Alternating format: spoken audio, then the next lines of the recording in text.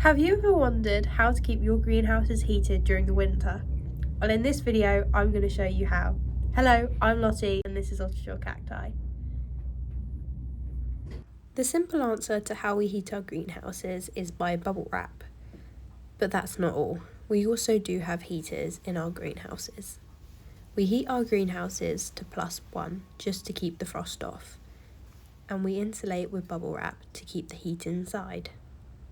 We make sure when using the bubble wrap that we cover all sides of the greenhouse.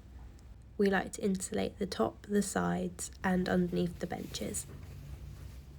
We do also sometimes put bubble wrap on the outside of the greenhouses, just for the extra protection. We hold it in place by using clips. This makes it easier to take it down in the summer so we can reuse it next year.